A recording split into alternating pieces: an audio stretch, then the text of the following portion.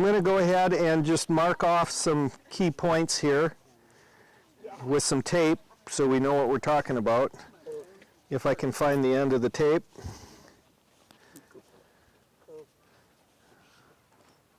There it is. Okay. So first thing I'm going to do is go to the high part of the wither, and I'll mark that. Okay, then I'm going to go to the base, T14, and I'm going to put that on there. Actually, I'm a little, go about here. I'll find the scapula is right about here.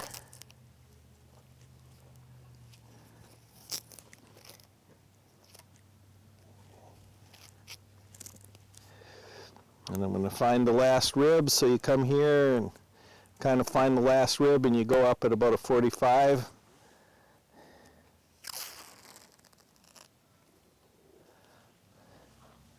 Let me see. I know. Yeah, that's about right. See, so that's a lot further forward than most people think. So let me get a measuring device here. I want to know how far it is from here to here. And I'm going to do that on the straight. I'm not going to do it this way, I'm going to do it that way. And that gives me about 8 inches. Okay, so the first one was base of the neck. Top of the wither, Oh, top of the to the base of the wither.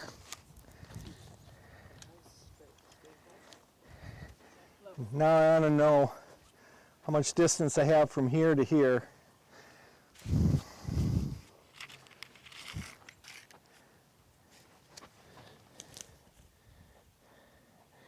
And on him, that's about 5.5 inches.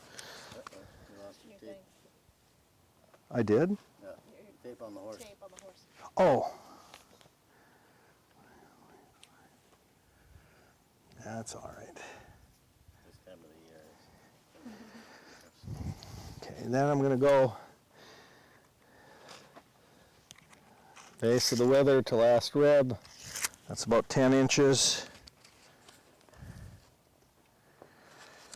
And I'm going to go back of the scapula to last rib.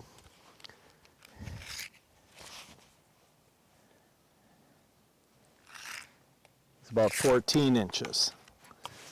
It's a lot less than what you would think, isn't it? Yeah. Yeah.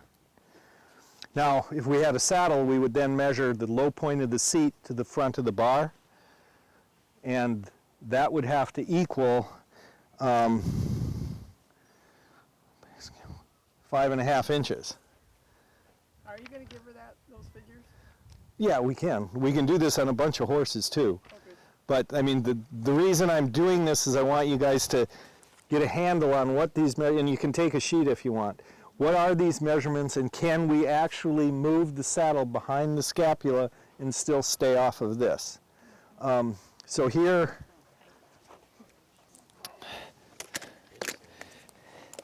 so what I did here is I took a sheet of lead and I sprayed it with some rubber. My bars on my Western saddles are 22 inches long. That's probably shorter than most. I've marked the center, so it's 11 inches from here to here and from here to here. And then I did 1-inch increments here just so we can kind of get a feel for things. So if I want to sit here, that would mean I'd have to put my bar here. Okay, you see there is no way that I can put that behind the scapula. Let's say I put it behind the scapula like everybody tells you to do. Look where I'm sitting now. Wow. And do you see that I'm well into the lumbar span? Now some people think that's okay. So if we do even pressure, I'm wanting it to fit like this, right?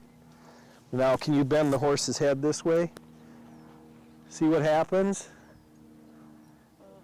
It's bending, it's going to hit that, and now when he goes back, it's going to be like this, right? So why don't we just do that to begin with? So that would be even pressure. if I had a saddle that, and a lot of people do this, a lot of even English saddles will design it so they have more pressure in the front with the stuffing, less in the middle and more in the back. That's one way that's taught consistently in some schools. So that would mean that we would be doing this. And the idea there is that you do that so that when the horse rounds up, that it starts making better contact when the horse is engaged. But the back doesn't stay rounded up. It's going up and down the whole time when you're moving. So that doesn't make any sense. So the one thing that does make sense is that we go like this.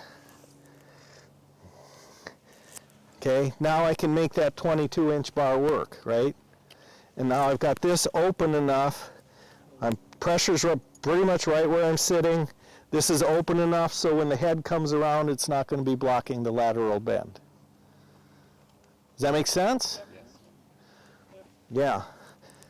So what a lot of people are now, let's say I do an even pressure idea and I put it on the scapula, I'm going to mutilate the scapula.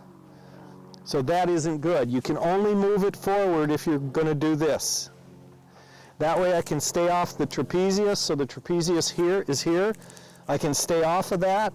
I put the pressure where I want it, and then I can bend the back up to keep the pressure off the back. Now, if I'm going to be sitting here, that's about where you'd want to sit, isn't it? Mm-hmm. Okay? If I'm going to be sitting there, I can't take my rigging now and then pull it down like that. I need to compensate for the weight that's going to be pulling down here by pulling down more back here. Okay?